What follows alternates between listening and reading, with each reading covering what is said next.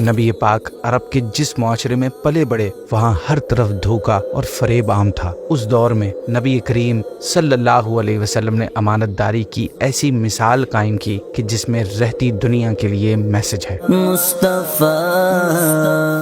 السلام علیکم ورحمۃ اللہ۔ ویب سیریز طریقہ محمدی کی آج 11واں ایپیسوڈ ہے۔ حضرت اسود رائی رضی اللہ تعالیٰ عنہ یہ ایک حبشی تھے جو خیبر کے کسی یہودی کی بکریاں چرایا کرتے تھے۔ جب یہودی مسلمانوں سے جنگ کی تیاریاں کرنے لگے تو انہوں نے یہودی سے پوچھا کہ آخر تم لوگ کس سے جنگ کے لیے تیاریاں کر رہے ہو؟ یہودی نے کہا کہ آج ہم اس شخص سے جنگ کریں گے جو نبوت کا دعویٰ کرتا ہے۔ یہ سن کر ان کے دل میں نبی پاک صلی اللہ علیہ وسلم سے ملاقات کا جذبہ پیدا ہوا۔ چنانچہ یہ بکریاں لیے ہوئے بارگاہ رسالت میں حاضر ہو گئے اور آپ سے پوچھا کہ آپ کس چیز کی دعوت دیتے ہیں؟ آپ نے ان کے سامنے اسلام پیش فرمایا۔ انہوں نے عرض کی کہ اگر میں مسلمان ہو جاؤں تو مجھے اللہ پاک کی طرف سے کیا اجر و ثواب ملے گا؟ آپ نے ارشاد فرمایا جنت اور اس کی نعمتیں تمہیں ملیں گی۔ سو انہوں نے فوراً ہی کلمہ پڑھ کر اسلام قبول کر لیا۔ پھر آپ سے عرض کی یا رسول اللہ، یہ بکریاں میرے پاس امانت ہیں، اب میں ان کا کیا کروں؟ آپ نے فرمایا کہ تم ان بکریوں کو قلعے کی طرف ہانک دو اور ان کو کنکریاں مارو، یعنی ان کی طرف کنکریاں پھینکو، یہ خود بخود اپنے مالک کے گھر پہنچ جائیں گی۔ چنانچہ ایسا ہی ہوا پھر، اور بکریاں سب کی سب اپنے مالک کے گھر پہنچ گئی۔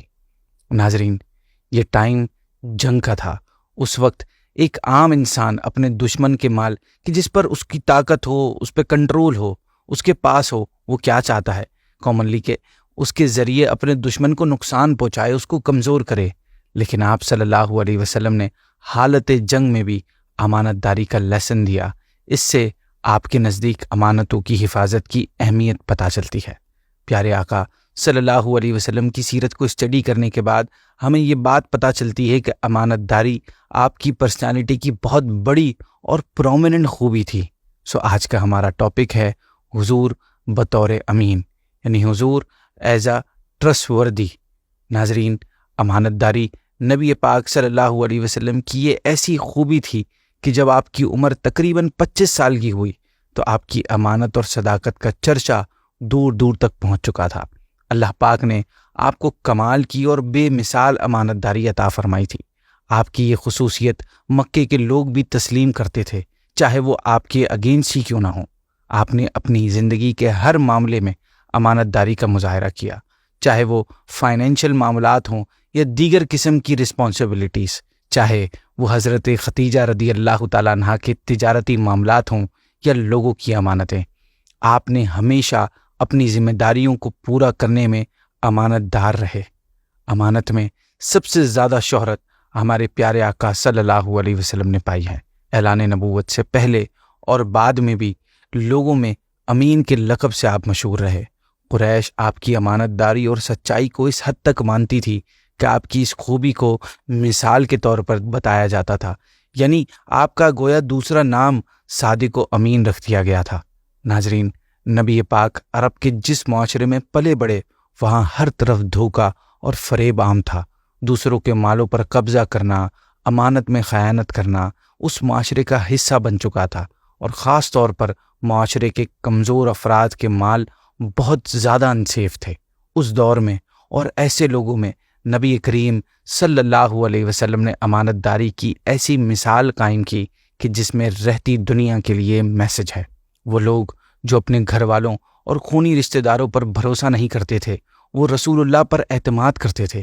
یہی وجہ تھی کہ وہ تجارت کے لیے اپنا مال دے کر آپ کو دوسرے ملک تک بھیج دیا کرتے تھے، کہ کبھی یہ جھوٹ نہیں کہتے، امانت میں خیانت نہیں کرتے، اور اس معاشرے میں آپ صلی اللہ علیہ وسلم کو صادق و امین جیسے القاب سے یاد کیا جاتا تھا۔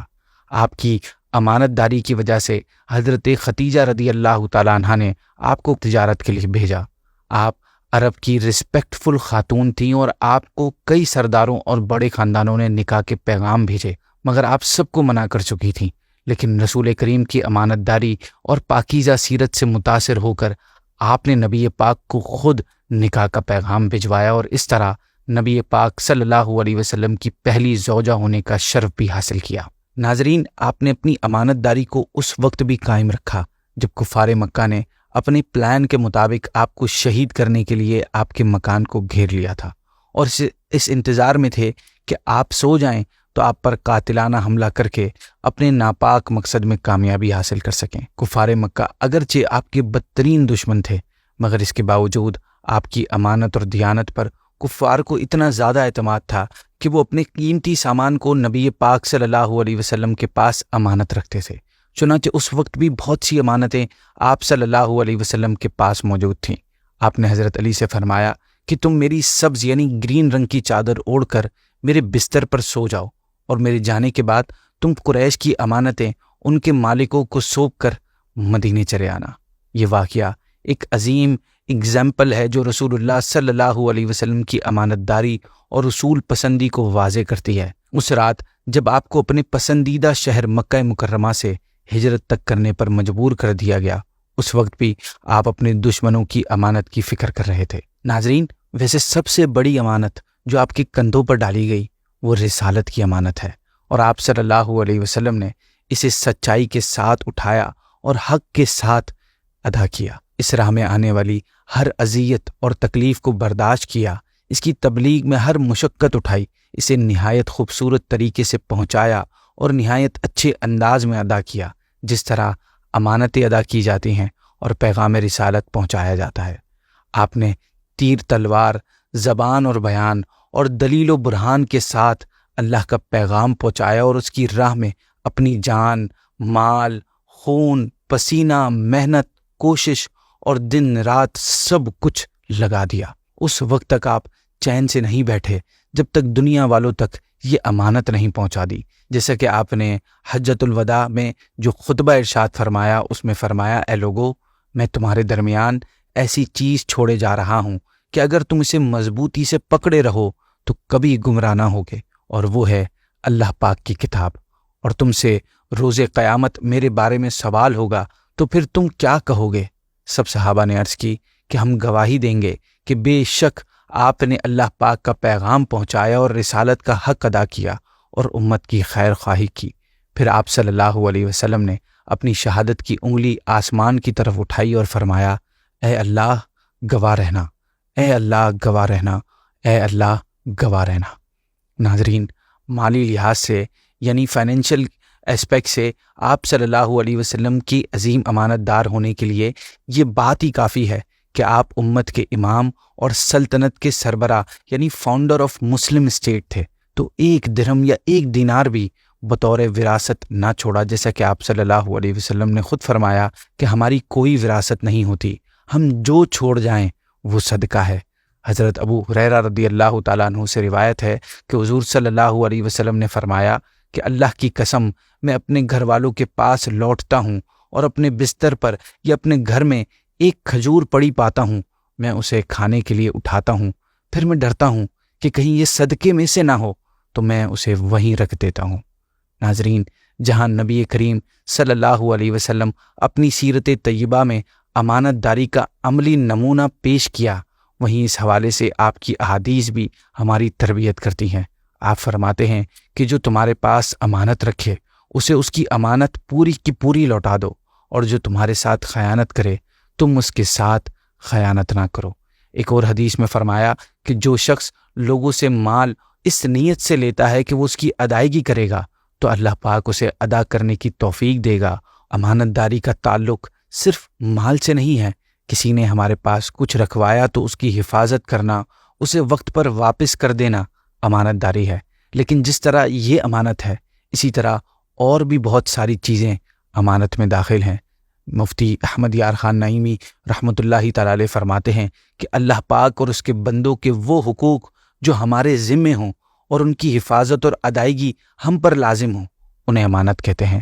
حضرت انس بن مالک روایت کرتے ہیں کہ رسول اللہ صلی اللہ علیہ وسلم نے فرمایا کہ جس آدمی میں امانت داری نہیں اس میں ایمان نہیں، اور جو وعدے کا خیال نہیں کرتا اس کے دین کا کوئی اعتبار نہیں۔ آپ نے فرمایا کہ جب آدمی کوئی بات کرے پھر ادھر ادھر دیکھے تو وہ بات امانت ہے۔ یعنی اگر کوئی شخص تم سے اکیلے میں کوئی بات کہے اور بات کے دوران یا بات کے بیچ میں ادھر ادھر دیکھے کہ کوئی سن نہ لے تو وہ اگرچہ منہ سے نہ کہے کہ یہ کسی سے نہ کہنا، مگر اس کا یہ انداز بتاتا ہے کہ وہ راز کی بات ہے، سیکرٹ ہے، لہٰذا اسے امانت سمجھو، اس کا راز ظاہر نہ کرو اور کسی سے یہ بات نہ کہو۔ لاسٹ روایت پر آج کی ایپیسوڈ کو اینڈ کرتے ہیں۔ چنانچہ حضرت ابو سعید خدری رضی اللہ تعالیٰ عنہ سے روایت ہے کہ رسول اللہ صلی اللہ علیہ وسلم نے فرمایا کہ سچا اور امانت دار تاجر پیغمبروں، صدیقوں اور شہیدوں کے ساتھ ہوگا۔ اسی پہ آج کی یہ ایپیسوڈ کو اینڈ کرتے ہیں۔ نیکسٹ ایپیسوڈ میں حضور صلی اللہ علیہ وسلم کی زندگی کے ایک اور اسپیکٹ پر، ایک اور پہلو پر بات کریں گے۔ جزاک اللہ۔ السلام علیکم ورحمۃ اللہ وبرکاتہ۔